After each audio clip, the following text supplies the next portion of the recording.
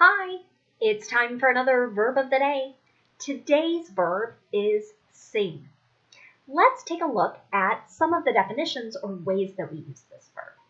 The first way you are most likely to either hear or see the verb used is to mean to make musical sounds with the voice, especially when these words or sounds are set to a particular tune or set to music.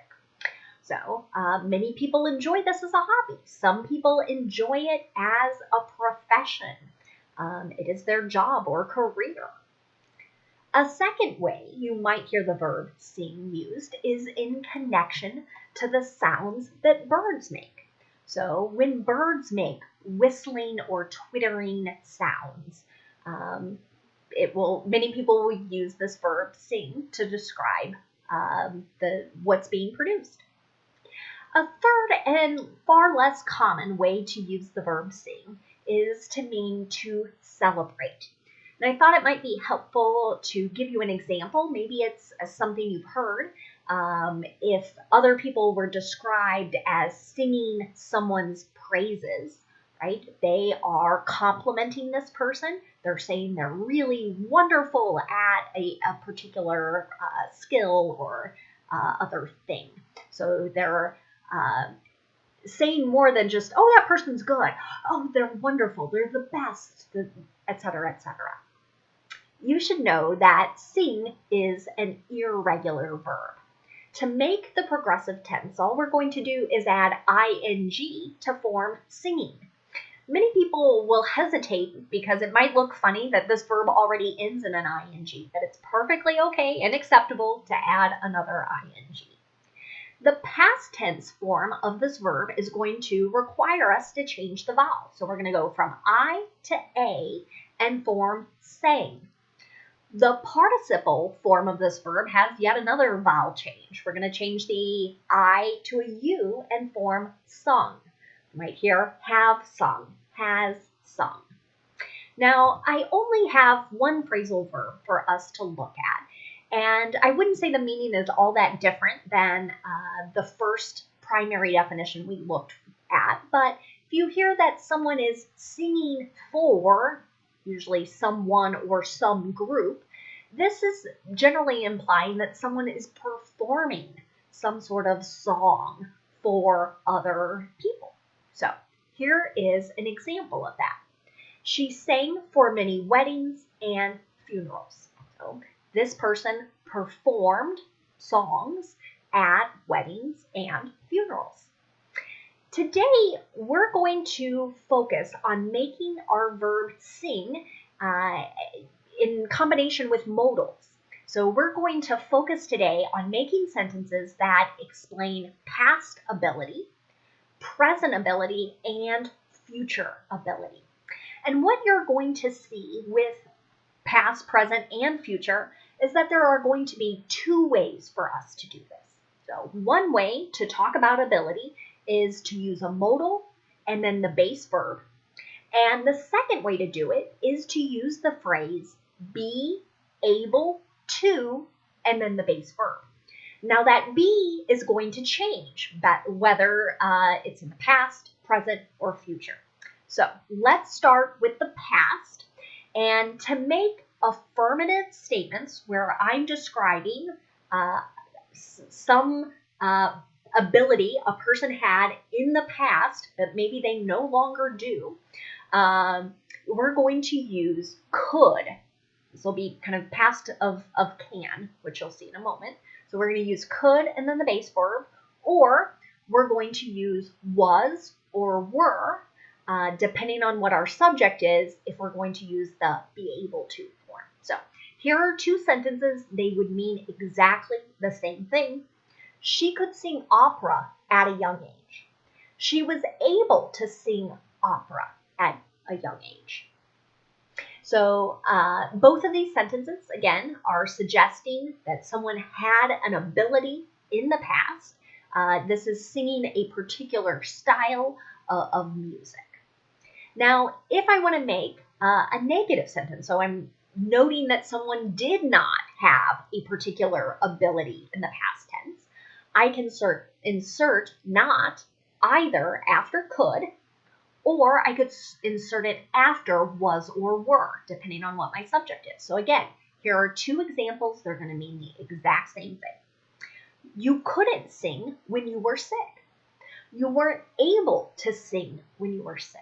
So maybe someone had a illness that was in their throat, right? And that was preventing them from being able to sing.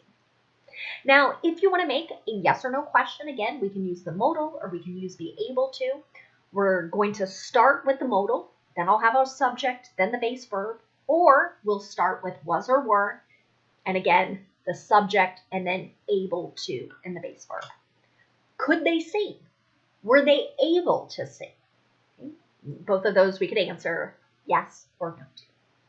Now, if I want to talk about present ability, I'm going to use can and the base verb, or I'm going to use am, is, or are. Those are the present forms of be with able to and the base verb. So again, same pattern here. We're talking about someone's ability today. We can sing happy birthday. We're able to sing happy birthday. Now, if I want to talk about a lack of ability in the present tense, again, I'm going to insert not after can or not after my be verb. Again, these two sentences mean the exact same thing. I can't sing well. I'm not able to sing well. These are true statements. Notice I have not started to sing in this video because I want you to continue to watch and not turn it off. Now, if you want to make a yes or no question in the present to ask about someone's ability today, start with can, then have your subject, then the base verb, or use a present form of be, then the subject, and able to, and the base verb. Can he sing? Is he able to sing? Now, let's take a look at future ability. And what you're going to notice first is that the modal can is used again here. So for some people, they might have a question of, are we talking about present or future? And I would say, look at the context of what's being discussed, because otherwise it could be a little confusing.